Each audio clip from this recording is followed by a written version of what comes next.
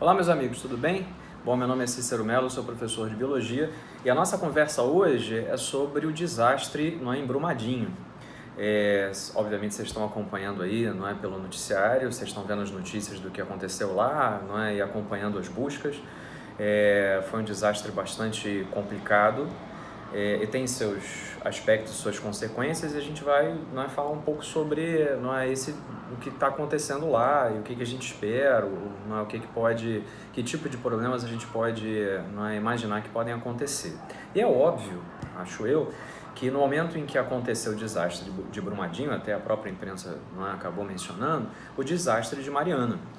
E eu acho que a maneira mais simples de você entender um pouco do que está acontecendo em Brumadinho é a gente fazer uma comparação com Mariana para você entender a diferença da proporção dos dois desastres.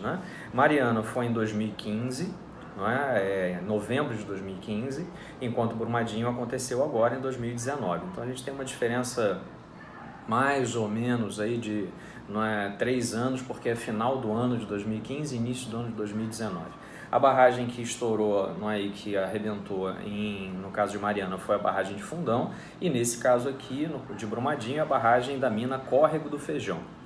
Só para vocês terem uma ideia do volume de rejeitos e de dejetos ali de mineração de ferro que a gente tinha em cada uma das duas barragens, em Mariana o volume era de 50 milhões de metros, de mais ou menos, 50 milhões de metros cúbicos de dejetos, e no caso de Brumadinho, 12,7 milhões de metros cúbicos de dejetos. A extensão do desastre, ou seja, a extensão que atingiu, porque os dejetos, no caso de Mariana, chegaram até o oceano, a extensão do desastre provocado, no caso de Mariana, é de cerca de 600 quilômetros. E estima-se que em Brumadinho a gente tem uma extensão menor de cerca de 300 quilômetros. Até por uma diferença da consistência da lama, que é mais resistente no caso de Brumadinho e era um pouco mais liquefeita no caso de Mariana. Em relação às mortes, infelizmente no caso de Mariana foram 19 mortes, e aqui até hoje, a gente está no dia 29 de janeiro, até hoje são 65 mortes em Brumadinho com 288 desaparecidos. Esses são os dados de hoje pela manhã. Então, para vocês terem uma noção da comparação do que aconteceu em Mariana, do que está acontecendo em Brumadinho, tem esses dados para que vocês possam comparar. Em relação à parte de ecologia, quando você tem uma barragem que acumula dejetos e lama de mineração de ferro, o que pode acontecer? E aí os resultados são muito parecidos no caso tanto de Mariana quanto de Brumadinho. Porque no momento em que essa lama ela chega até o leito de um rio, e aí no caso Rio Doce, no caso de Mariana, e no caso de Brumadinho, o Rio Paraupeba, automaticamente, seja logo de cara, você imagina que plantas vão morrer, animais morrem, micro-organismos morrem, porque você está modificando completamente o que seria a consistência da água, ou seja, agora é lama, você não tem mais a capacidade, por exemplo, de respiração de peixes, porque a lama ela acaba impregnando as brânquias dos peixes, isso acaba reduzindo bastante, afetando bastante a respiração. Muitos peixes, inclusive, há imagens tentando deixar o rio para tentar buscar alguma forma de respiração fora do rio. Então isso quer dizer que você tem a morte direta de animais, a morte direta de plâncton, de algas, e outras plantas que você possa ter ali, além de animais que vivam na água. Além disso, você também, por conta dos dejetos, por conta da lama, há um aumento da turbidez da água. Esse aumento de turbidez, ou seja, a coloração da água fica opaca, ela reduz a captação de luminosidade. E isso reduz o nível total de fotossíntese que você tem no ecossistema. Com a queda da fotossíntese total de plâncton, você automaticamente está atuando no primeiro nível trófico das cadeias alimentares, ou seja, nos produtores daquele local. E todos os demais organismos, indivíduos, dependem desses produtores, então você vai acabar gerando uma morte generalizada por conta dessa redução da fotossíntese como um todo. Essa matéria toda morta vai ser decomposta, até a matéria morta e os animais e plantas mortos por conta da própria lama. Isso reduz a quantidade de oxigênio da água, levando a um processo de consumo de oxigênio e um ciclo vicioso em que você acaba gerando cada vez mais mortes. Além disso, você obviamente está provocando o assoreamento desses rios que foram atingidos, no caso agora o Rio Paraopeba. Esse assoreamento reduz o volume de água que você tem no rio. Se você tem uma enchente, ou se você tiver uma outra chuva muito forte, isso pode acabar acarretando enchentes e alagamentos, né, até mesmo em cidades próximas ao rio. Isso também é outro problema que pode acabar acontecendo.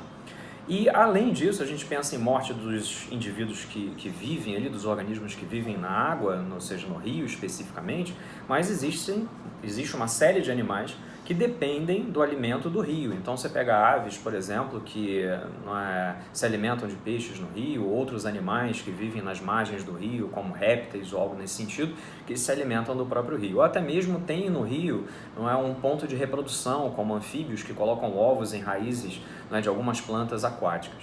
Então você vai acabar, obviamente, desestruturando teias e cadeias alimentares que vivem no entorno daquela área, daquela região. Essas são as consequências ecológicas de uma maneira bastante resumida, de uma maneira bastante ampla, mas para que você entenda o que pode acontecer. E eu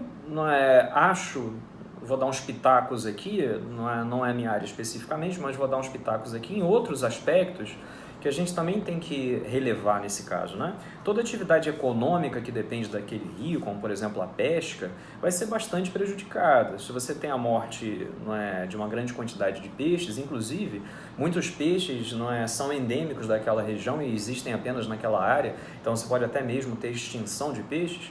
Então a pesca naquela área vai ser prejudicada, você vai ter uma queda muito grande da capacidade econômica de pesca. Além disso, além da redução da capacidade de pesca, qualquer outra atividade econômica que dependa do rio, isso vai acabar atingindo aquela área, economicamente falando. Outro aspecto que você também deve estar se perguntando, a responsabilização de quem foi responsável por esse desastre, responsabilização criminal, civil, administrativa, ou seja, você tem uma série de processos que vão ser instaurados. E os processos eles demoram um certo tempo, ou seja, se a gente pensar no desastre de Mariana, que aconteceu há cerca de 3 anos, você ainda tem uma série de processos correndo na justiça e não houve ainda indenizações, por exemplo. Se você pega o Código Florestal Brasileiro, o código que trabalha com desastres ambientais, a partir lá do artigo 70, você tem uma limitação de processos administrativos, a uma indenização de 50 milhões de reais.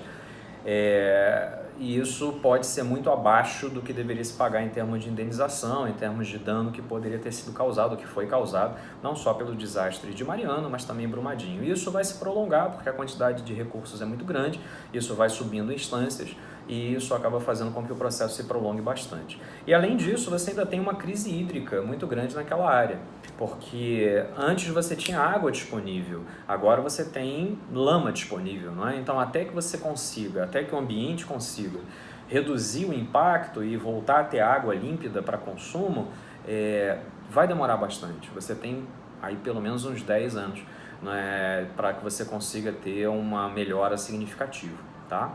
Bom, era isso que eu queria conversar com vocês hoje. Espero que eu tenha feito um resumo rápido aí do que está acontecendo. Acompanhe as notícias e a gente continua torcendo para que pessoas ainda sejam encontradas com vida e para aquelas que não têm mais vida, pelo menos que os familiares possam chegar até o corpo dessas pessoas e enterrar as pessoas da família, tá? Então foi um prazer, a gente se vê na próxima. Até mais!